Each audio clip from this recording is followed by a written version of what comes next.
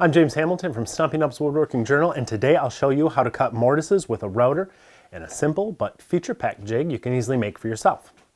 There are a lot of fancy jigs out there, but you can cut a mortise with nothing more than a router and a simple edge guide. Edge guides are easily adjustable to the distance you wish your mortise to be from the face of the workpiece.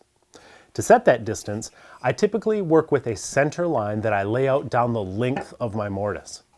It's easy to see the center of a spiral bit because of the way they're manufactured, so I can put that point right on my line to set up my edge guide.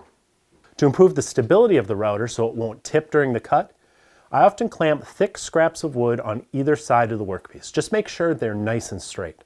I align the bit with the left end of the mortise, and I cut from left to right so that the spinning direction of the bit will pull the edge guide tightly against the wood as I cut.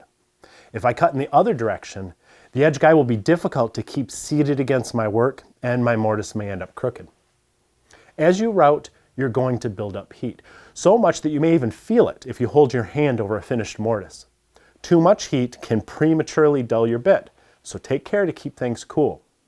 One way to do this is to take several light passes instead of cutting it at the full depth at once. Clearing the chips efficiently will also keep the bit cool.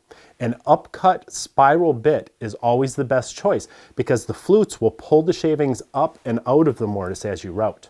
If your router has a variable speed control, dial that back to about 15,000 RPM to reduce heat buildup as well.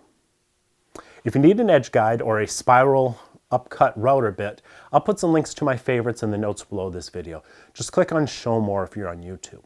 There you'll also find a link to plans for this little jig I made. This does the same thing as those scraps clamped to both sides of the workpiece, but it also adds some more functionality that makes it well worth building. It was simple to make with a little bit of plywood. The front fence is permanently attached to the base panel and the rear fence is movable. One use for this jig is for making repeated mortises in identical workpieces. I'm using double-sided tape here to attach stop blocks to the rear fence so the base of my router can bump into them and tell me where to start and stop each cut. Another stop block can be attached to the base panel so that the end of your workpiece can butt up against it. That way each successive workpiece will be positioned in exactly the same spot.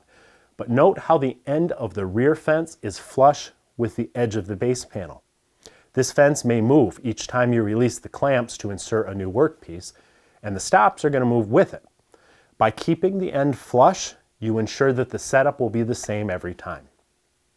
Alternatively, you could put your stops on the fixed front fence if there's room, depending on the shape of your router's base, or on the face of the front fence and let the edge guide bump into them as long as you have enough room to cut the full length of your mortise, and that's going to depend on how wide your edge guide is.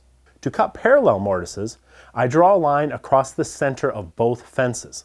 Then I align that with a center line drawn across the edge of my workpiece. I can then attach stop blocks to determine the width of the mortise and cut the first one just as I did before. By rotating the workpiece 180 degrees, I can use the same center line to quickly line everything back up and then the same stop blocks to cut the second mortise. Finally, I also created a second set of jaws in which I routed grooves with a V-grooving bit. This will hold round stock like dowels and chair legs so they can be mortised as well. I'm going to give these plans away for free, but just for a limited time. Then we're going to probably charge a few bucks for them. So check out the links below the video, click on Show More if you're on YouTube, and head over to stumpynubs.com to get those plans now. Next time, we'll talk about how to cut the matching tenons with the router. See you then. If you sharpen your tools by hand, do yourself a favor. Try one of Trend's diamond stones. You can start with a card, but before long, you'll want a full bend stone because these things cut fast, they stay perfectly flat, and you can go from stone to strop to wood and be back to work in under a minute. I'll link to my favorites in the notes below this video. Wait, don't go yet.